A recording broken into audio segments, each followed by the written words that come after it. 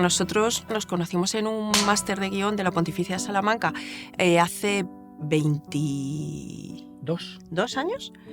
Y tenemos una teoría porque siempre en ese máster van los alumnos que luego pues que han hecho carrera en el audiovisual y van un poco pues a contar, oye, pues yo empecé en este máster y tal, pero a César y a mí nunca nos han invitado y sabemos que es porque, claro, no pueden invitarnos y que lleguemos allí digamos, yo hace 20 años estaba sentada ahí porque les vamos a hundir a esas pobres personas si les vamos a decir que van a tardar 20 años en hacer su primera película. Entonces creo que es mucho más productivo que no vayamos al máster, que esa gente piense que hay una vía más corta para conseguir tus objetivos. Y es posible que la haya para algunos de ellos, para otros será como nosotros, pero que no lo piensen ahora. Entonces, bueno, pues nosotros nos tuvimos que poner a trabajar cuando acabamos, porque además no era el mundo de ahora, con plataformas, tal, y coincidí con él trabajando en AMC. Trabajamos los dos en programación, yo trabajaba programando canales de cine, tipo Canal Hollywood, AMC, cuando yo en realidad mi sueño era poder hacer yo dirigir una. Y Teresa programaba Canal Panda, que era un canal de... un canal infantil, ¿no? Entonces yo me entró una depresión, real, ¿no? Diagnosticada, y me llegaba mi jefa, que es una persona maravillosa, y me decía que qué me pasa, que si estaba mal, y yo, es que no quiero estar aquí y no sé cómo hacerlo para salir de aquí. Entonces nos pedimos una excedencia de 3 meses, que era lo que nos dejaban, y escribimos un desarrollo de una serie que nos lo compró una productora, y al volver fue como un choque de realidad horrible, volver después de 3 meses estando escribiendo en casa y decir, pero ¿cómo puedo? ¿Ahora qué hago? Entonces yo le dije a César, vamos a dejar el trabajo y vamos a intentarlo. Y entonces César me dijo, ¿estás loca? ¿De qué vas? Tal. Y entonces yo le dije, vale, pues me voy yo, tú quédate y ya está. Y entonces a él le entró la cosa de, uy, cuidado, a ver qué se va a ir. Y nos fuimos los dos de la empresa el 31 de enero de 2020. Y un mes después, de pronto estábamos encerrados en casa. Además, dejas el trabajo para poder dejar de decir voy un momento al médico cuando realmente vas a hacer un pitch a una productora, y cuando de pronto dejas el trabajo para poder dedicarte a esto íntegramente, ir a las productoras en persona sin sentirte mal, de pronto nadie puede salir de casa, todo es por videollamada, y pensamos, ostras, pues hemos dejado el trabajo en el peor momento posible. Pero es verdad que yo siempre pienso que fue el mejor momento, porque si llegamos a esperar un mes más, ya dices, ¿dónde voy yo ahora? Entonces fue Teresa la que tiró de mí, que es una cosa que yo siempre le agradeceré, porque gracias a ella he cumplido el sueño de dirigir una película. Luego no sé qué vendrá después, pero es verdad que gracias a ese paso que dimos, que tiene un punto inconsciente, porque decías tú antes, la inconsciencia te hace dar pasos que si piensas con lógica nunca vas a hacer. Pero gracias a esa inconsciencia, de momento estamos viviendo esto y es una maravilla, y creo que ninguno nos echa de menos, tú menos todavía, programar. Que yo no estaba mal, pero es verdad que no había un sueño ahí que no estaba cumpliendo.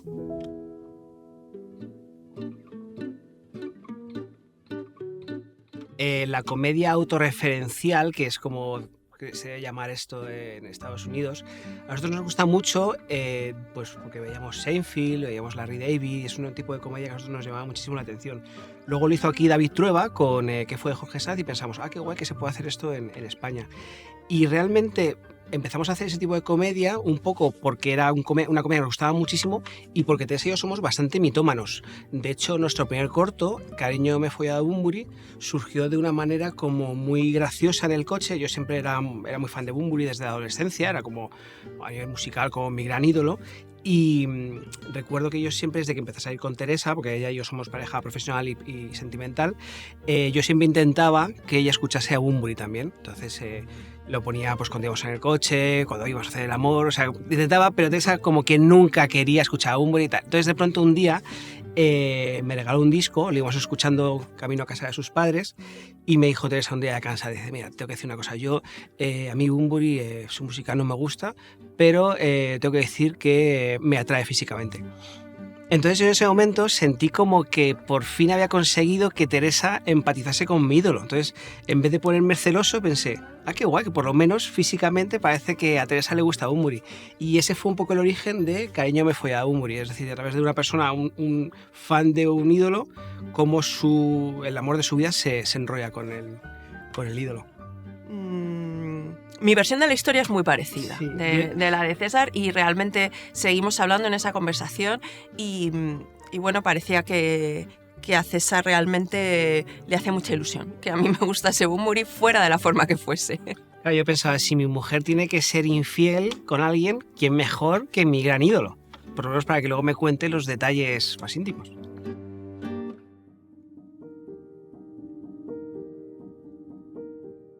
Él recibió el corto por varias vías, porque nos lo dijo bastante gente, y nosotros no teníamos ninguna noticia, porque es verdad que incluso nosotros, claro, cuando planteamos hacer ese corto, que era nuestro primer cortometraje, no teníamos ni idea de que ese corto se iba a convertir en un corto viral, ¿no? Independientemente de que te guste, más o menos lo ha visto muchísima gente, y entre ellos Enrique Bunbury. Entonces, digamos que, claro, cuando nosotros íbamos a hacer el largo de la película, es verdad que surgió una primera idea sobre qué hacemos, ¿no? El corto tuvo mucho tirón, Bunbury es un personaje en sí mismo, y bueno, hubo un primer acercamiento a Enrique Bunbury y digamos que le tuvimos que pedir perdón por el cortometraje porque no le sentó bien. Entonces fue un momento bastante incómodo a través de su representante. Enrique es como un ente al que nosotros no hemos podido acudir. Ha sido siempre a través de su mujer o de su representante. Claro, es verdad que hace un poco de pupa cuando luego ves que la Estrella Azul pues tiene un cameíto, ¿no? que hace ahí una voz en off y tal. Entiendo que los proyectos son diferentes, pero muy diferentes, pero bueno, también es esta cosa que existe todo el rato con la comedia, que siempre se considera un género menor, que nosotros lo peleamos muchísimo y a mí a veces me ofende incluso cuando estás haciendo tu película y oyes que alguien te dice... Bueno, pero esto es una comedieta. Y César y yo enseguida, sacamos las uñas porque, claro, me pareció una ofensa terrible. Es tu película. Como alguien se acerca a nosotros y nos dice, pero esta es tu... Bueno, pero sí, pero es una comedieta, ¿no? Como que todo vale, todo cabe. No, tú no llegas a Javier Macipe y le dices sobre la Estrella Azul, bueno, pero esto es tu peliculilla, ¿sabes? Es que me parece una ofensa terrible.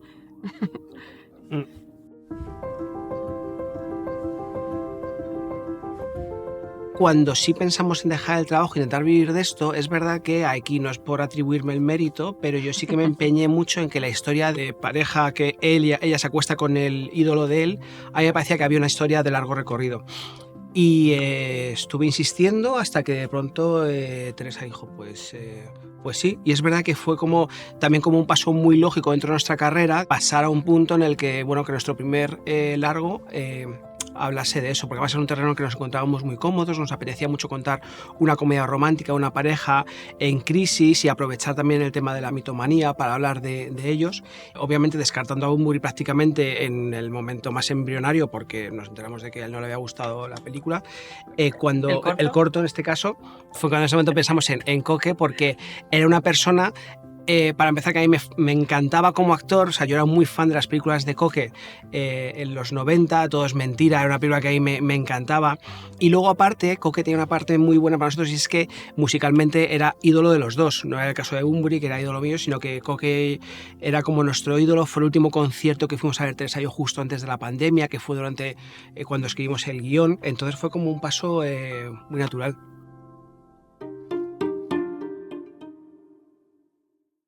César y yo ha sido todo siempre por el camino más largo porque en realidad venimos de familias, bueno, pues clase obrera, gente que no tenemos de un pueblo Ciudad Real, yo, César de un pueblo de Madrid, y a Coque tuvimos que hacer un acto de fe y escribir el guión y cuando, o sea, la suerte fue, es verdad, que entramos a la residencia de la Academia de Cine con el proyecto. Se presentaron como 1000 proyectos, bueno, siempre se presentan como alrededor de 1000, cogieron 20 y entonces uno era el nuestro, que para que te cojan una comedia de verdad es dificilísimo porque además yo últimamente me quejo un montón y me encanta, pero bueno, parece que en este país ahora se ha puesto como de moda el drama intimista de autor, que me gusta muchísimo, pero es como muy difícil defender en una residencia, en un laboratorio, una comedia.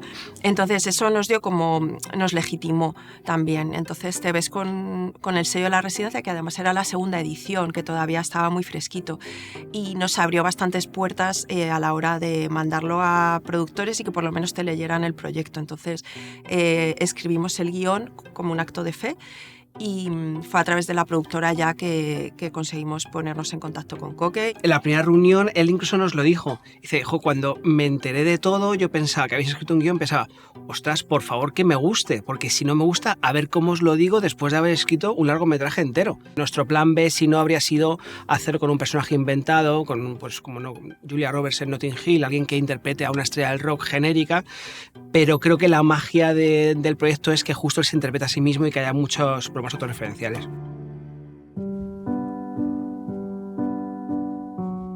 Hay una dificultad muy grande cuando escribes un guión de comedia porque en un corto te puedes quedar como en lo anecdótico, ¿no? O sea, realmente partimos de la misma premisa, que es divertida, y ya está, ¿no? En un largo tienes que hacer que la historia evolucione y los personajes evolucionen, ¿no? Porque si no, la historia va perdiendo en detrimento a lo mejor de la comedia, pero la comedia, si no evolucionan y no tienen verdad, te deja de hacer gracia. Entonces tiene que ser un combinado en el cual la historia tiene que seguir evolucionando y no puedes perder la comedia. Entonces es dificilísimo porque se te puede ocurrir un chiste que a priori te puede parecer divertidísimo, pero de verdad que como lo veas en la película en un punto en el que has adquirido un poco de profundidad ya, porque inevitablemente la tiene que adquirir porque si no la gente pierde el interés, no te va a hacer gracia. Por eso realmente creemos que la comedia tiene ese punto extra de dificultad, ¿no? Y entonces cuando César me contaba lo de hacer la película del corto, yo decía, eso es ir por el camino fácil, como el corto ha tenido éxito, pues es ir por el camino fácil. Luego me di cuenta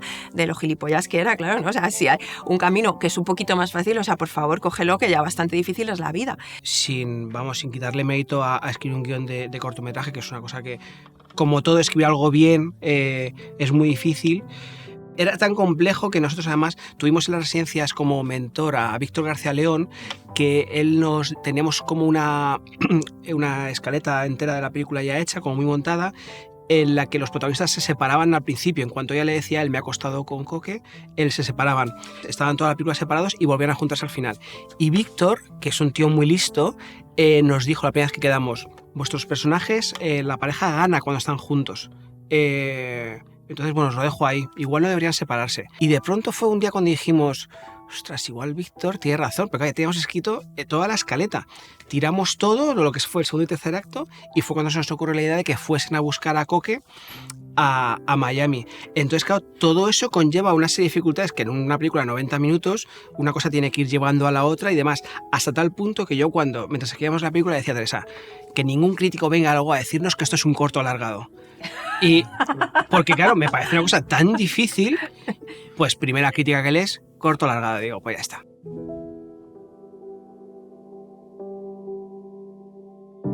La parte buena, yo creo, como equipo de pareja es que Teresa y yo, normalmente el 95% de las cosas que vemos las vemos juntos. Entonces nos gustan, hemos acabado como viendo el mismo o teniendo el mismo gusto para la comedia. Entonces compartimos un tono, lo cual para escribir comedia es muy importante. O sea, es muy importante tener química con la persona con la que escribes porque es un trabajo muy íntimo, pero encima que compartas un mismo código de comedia.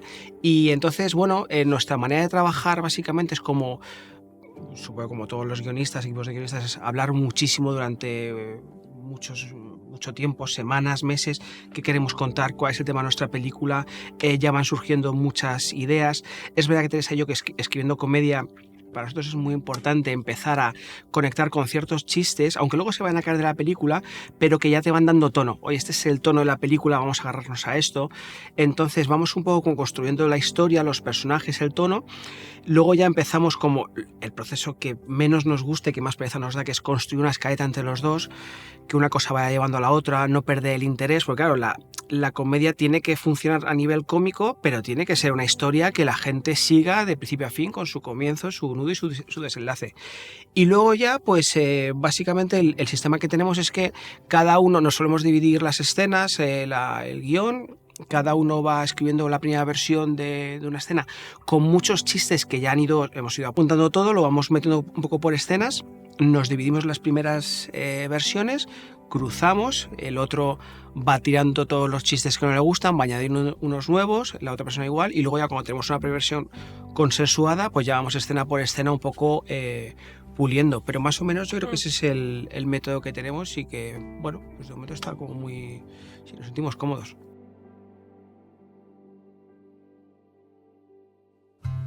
Diego San José y Borja Coveaga. Es verdad que ellos han sido para nosotros como muy referentes. También nos gusta un montón Sesgay, por ejemplo, ¿no? Que nos parece como un súper dialoguista, y hay películas suyas que nos han gustado muchísimo.